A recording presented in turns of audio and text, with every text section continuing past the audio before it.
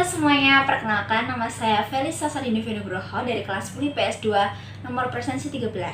Pada hari ini saya akan mewawancarai seorang pegawai bernama Rini Ayuwardani yang bekerja di PT Angkasa Pura I Bandara Internasional Yogyakarta sebagai Human Capital Business Partner atau Human Research. Ini dia videonya, stay tune terus.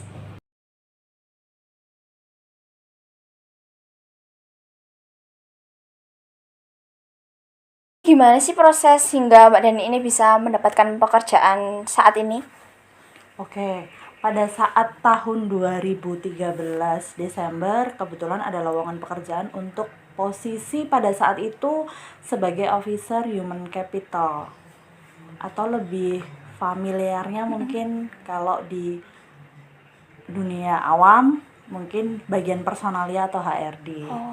Itu ada rekrut di bagian itu, terus kemudian kami atau saya mengikuti proses dari psikotes, kemudian wawancara sesuai dengan unit pelaksana dan kemudian sama departemen headnya atau kepala departemen. Mengikuti semua proses itu di Desember 2013, kemudian ada pengumumannya di Januari 2014. Saya bergabung di PT Angkasa Pura I Persero, Bandar Udara Adi Sucipto di tahun 2014 bulan Januari. Oke. Terus kan pasti ada perjuangan, usaha. Nah, itu apa sih yang bikin Mbak Dani terus semangat gitu? Kalau pada saat rekrutnya, ya saya hanya melakukan apapun tuh do the best saja. Mengikuti semua prosedur mulai dari A sampai dengan prosedur selesai E, bahkan sampai kesehatan kita lalui. Terus selebihnya ya kita sudah bukan ranah saya ya, semua sudah kehendak Tuhan, seperti itu. Terus bagian dari perjuangan mana yang paling berkesan, memorable selama proses bekerja? Selama bekerja atau selama proses? Selama proses mendapatkan pekerjaan. Jelas saya orang baru yang mana kita harus mengikuti seluruh prosedur dari A sampai dengan Z, prosedur kelengkapan persyaratan untuk menjadi officer di sana. Tempatnya juga baru, kemudian ya melakukan semua proses tahap demi tahap. Itu sih yang menurut saya berkesan, dari yang psikotes disaring berapa, lolos berapa, terus kemudian lanjut lagi.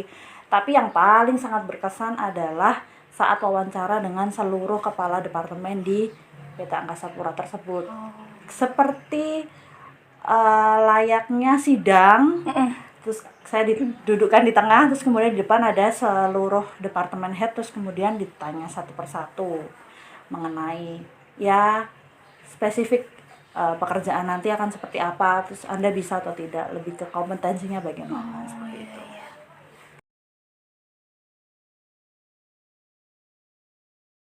Nah, kalau udah masuk ke kantor, udah mulai bekerja gitu kan, pasti ada pola kerja khusus ya di kantor. Nah, itu kayak gimana sih? Perlu ada adaptasi kah? Oke, untuk pola kerja di Human Capital itu seperti office hour, layaknya kantor biasa, Senin sampai dengan Kamis, kami dari jam 8 sampai dengan setengah 5 sore. Namun kalau di hari Jumat dari jam 7 sampai dengan setengah 4. Jam 7 kan kami biasanya olahraga dulu. Setelah itu baru melanjutkan aktivitas sampai dengan setengah 4 sore. Tetapi itu secara aturan baku. Namun pada pelaksanaannya pastinya lebih dari jam yang sudah ditentukan. Karena pasti ada pekerjaan-pekerjaan yang membutuhkan deadline tertentu, atau pekerjaan tambahan, atau yang memang harus segera diselesaikan. Kebetulan ada kebutuhan dadakan dari kantor pusat atau apa, kami pasti lebih dari jam itu. Selama seharian itu apa aja sih yang dilakukan? Misalnya ada briefing apa dulu? Oke. Sehari-hari untuk masing-masing staf itu mempunyai porsi yang berbeda-beda, tanggung jawab yang berbeda-beda. Namanya job description-nya beda-beda. Saya kebetulan diberikan beberapa tanggung jawab oleh atasan lumayan dari bertanggung jawab terhadap khususnya pegawai ya, karena customer, artinya pelanggan kami, saya itu melayaninya para pegawai. Kalau teman-teman operasional yang ada di bandara, mungkin pelayannya adalah penumpang. Kami semua memiliki pelayan masing-masing. Nah, saya melayani para pegawai berdasarkan kebutuhannya. Bisa jadi segala sesuatu yang bersangkutan dengan kesejahteraan mereka. Seperti pendapatan, terus kemudian hak-hak yang mereka dapatkan, terus kebetulan mengurusi juga terkait dengan praktek kerja lapangan mahasiswa atau teman-teman sekolah yang akan praktek kerja lapangan di Angkasa Pura. Terus kemudian penelitian juga bisa. Di luar itu terkait dengan kebutuhan para pegawai, termasuk diklat juga, itu jadi tanggung jawab saya. Oke, berarti gitu. Banyak interaksi sama pihak luar ya, eksternalnya. Kalau secara internal jelas saya pegawai, teman sendiri sebetulnya hubungannya. Kalau secara eksternal kami bekerja sama, otomatis ketika ada suatu pelaksanaan diklat saya harus bekerja sama dengan pihak-pihak eksternal yang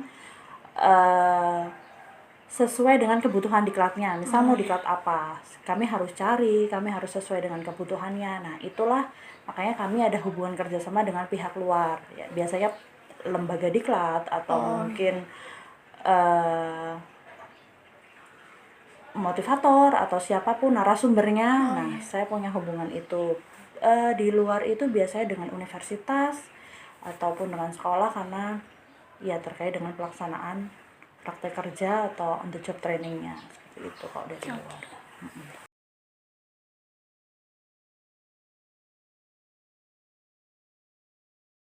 Nah, selama bekerja banyak interaksi sama pihak internal ataupun eksternal, itu mesti ada tantangannya ya, Mbak. Nah, itu tantangannya apa aja sih, kayak kendala gitu, misal ada problem? Oke, kalau sepertinya lumrah ya kalau di dunia kerja tuh namanya tantangan, terus kemudian resiko itu apa gitu ya, pasti juga banyak gitu. Kalau dinilai dari tantangan sebetulnya adalah manajemen waktu, karena pekerjaan itu kan ada pekerjaan rutin, ada pekerjaan bulanan, ada pekerjaan tahunan, dan ada pekerjaan yang istilahnya tidak terduga atau dadakan. Itu tadi sebetulnya hal-hal itu yang tantangannya di situ. Terus kemudian ada pekerjaan-pekerjaan baru yang harus disosialisasikan kepada para pegawai. Kita punya tantangan, artinya ketika kantor pusat ada kebijakan apa, unit kamilah yang bertanggung jawab untuk mensosialisasikan kepada para pegawai. Itu sebetulnya punya tantangan tersendiri, karena kami itu sebetulnya pelayannya pegawai, artinya kami menjembatani antara kebutuhan, terus kemudian apa yang dibutuhkan para pegawai, kita harus bisa menjalankan itu, tetapi sesuai dengan prosedur yang ada dari kantor pusat. Ya, artinya secara diskusi baik lunak maupun sampai alat ya adalah itu tantangannya ke situ. Tapi ya selama dilaksanakan sesuai dengan prosedur ya jalan aja gitu. Berarti ada tantangan, ada kendala manajemen waktu, segala macam, sosialisasi juga. Nah, apa sih yang perlu disiapkan untuk sebelum masuk ke dunia kerja, misalnya kayak keterampilan, pengetahuan yang mungkin bisa meminimalisir kendala yang dihadapi mungkin? Oke.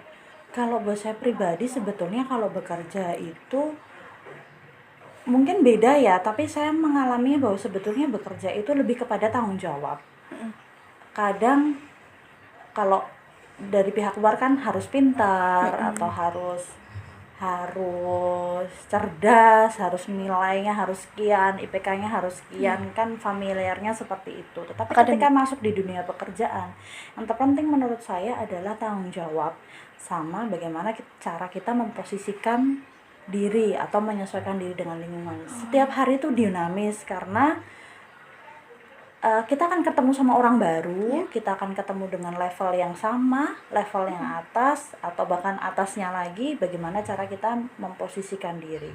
Kalau untuk ke tanggung jawab, di dunia pekerjaan itu sudah melekat tanggung jawab. Siapa yang mengerjakan, yaitu nanti yang akan bertanggung jawab.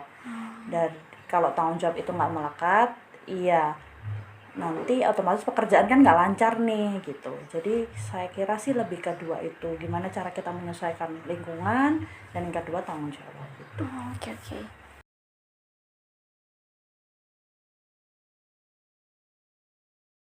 Nah kan tadi udah ada hal yang perlu disiapkan dalam pekerjaan itu tanggung jawab. Nah, pesan untuk menghadapi atau mempersiapkan dunia kerja itu kayak gimana sih untuk mereka yang lagi siap-siap yang akan kerja? Karena semuanya akan mengarah ke sana, baik nanti akan menjadi siapapun itu, menjadi entrepreneur atau menjadi pegawai atau menjadi karyawan, itu kan pilihan. Namun yang pasti saya selalu tekankan juga sama teman-teman yang biasa PKL di tempat saya adalah mau tak mau kita tuh harus ngikutin teknologi, itu nomor satu. Karena semuanya sekarang itu suka nggak suka, mau nggak mau harus melek teknologi. Kalau nggak melek teknologi ya udah bye kan ya gitu.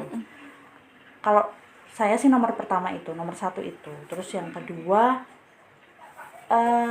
suka nggak suka, mau nggak mau ya bahasa Inggris harus ditelan juga. Karena ya itu juga faktor yang sangat mempengaruhi.